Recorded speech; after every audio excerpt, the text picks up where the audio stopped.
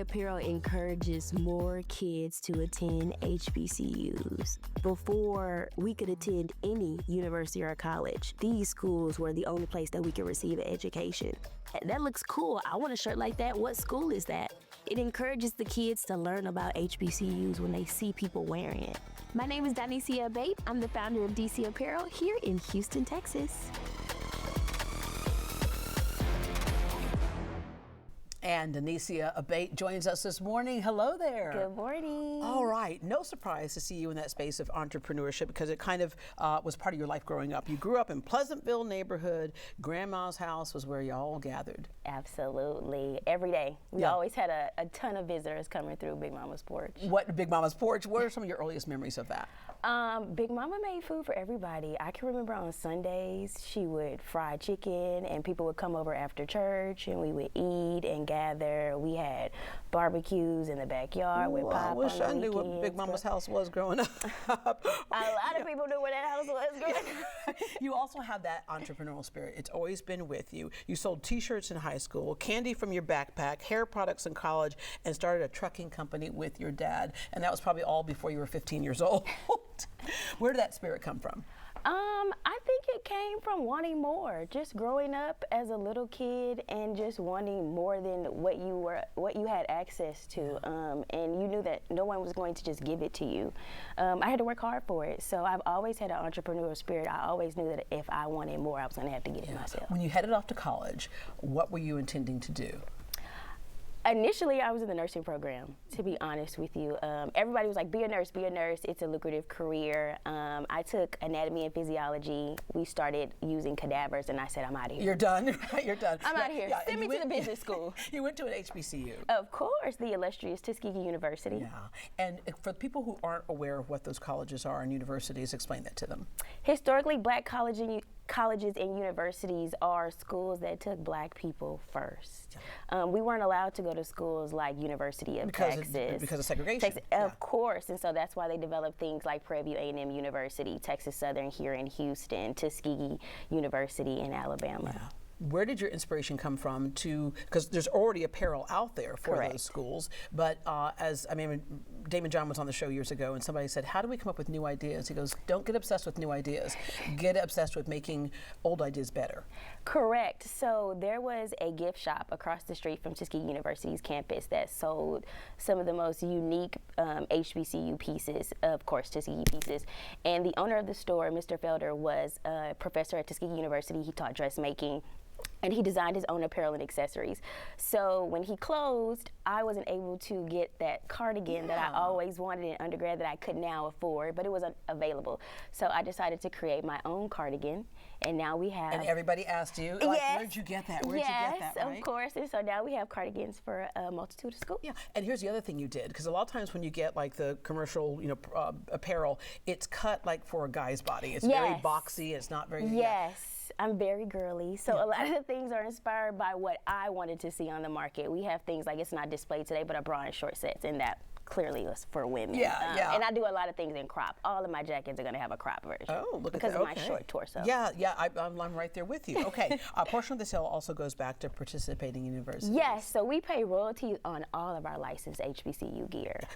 Touch on that, because a lot of people who are entrepreneurs, who are doing their own thing, go, look at this. It's like, okay, be careful. Of course. Yeah. Explain what that means. So majority of HBCUs have a licensing agreement that's managed by the Collegiate Licensing Company, and you have to go through a process of being vetted by them before you can even apply for a license for a school. Because it's their reputation. Absolutely. Branding and marketing is very important, and they want to make sure that their university and colleges are represented accurately. Yeah. And so when you pay a little more for something you might have, then it's because you're paying those fees. You're made in America. Yes, we do not keep all the money. You do not keep all the money, and you're giving quality. Yes. And you can control that. And it's representation. These children see us representing our HBCUs. They want to know more about it. When you say these children, okay, I'm going to move on down here.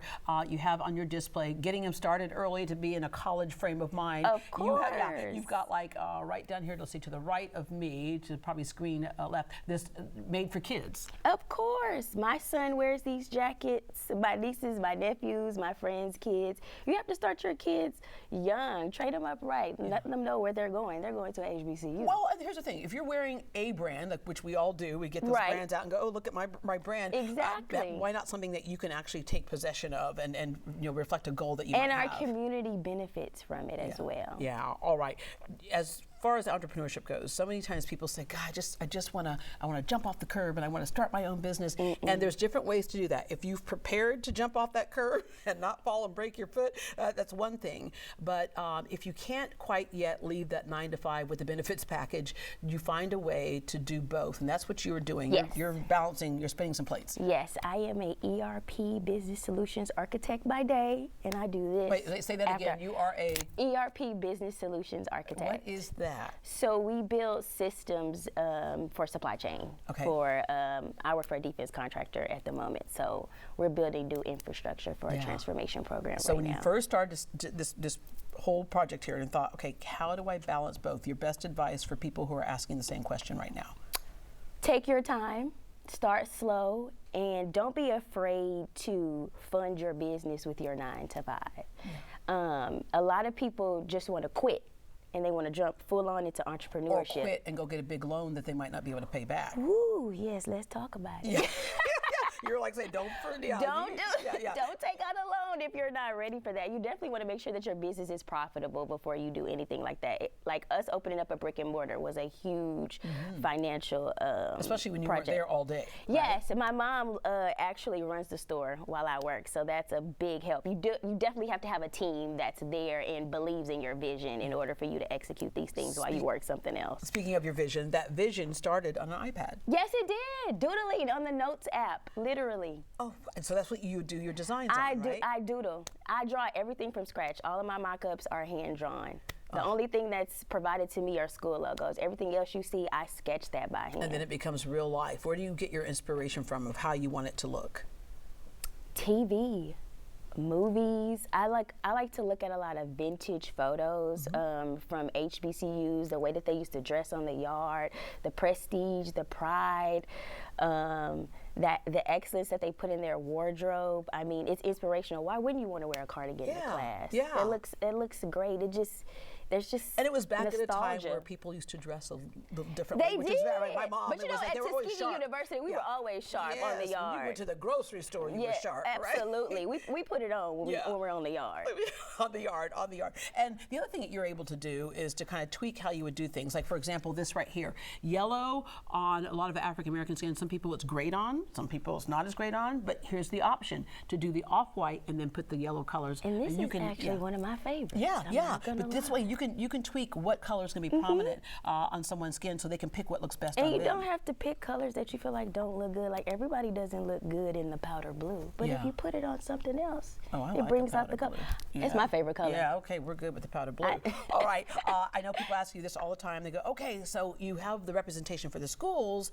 What about Greek life and Greek wear? So we are working on adding Greek wear to the store. As you know, it's licensed as well, and it's a lot pricier getting started than the HBCU. So hopefully we continue to have people come in and we can save up enough money to pursue those Greek licenses this first fall. time you make a design and you stroll through an AKA, Delta, Theta, whatever, they're going to be calling. That's they're calling. They're coming in all the time. Where's the Greek wear? And we're like, we're coming. It's just so pricey. Yeah. All right. Well, congratulations to you, and thank you so much. Thank you for having us today. All right.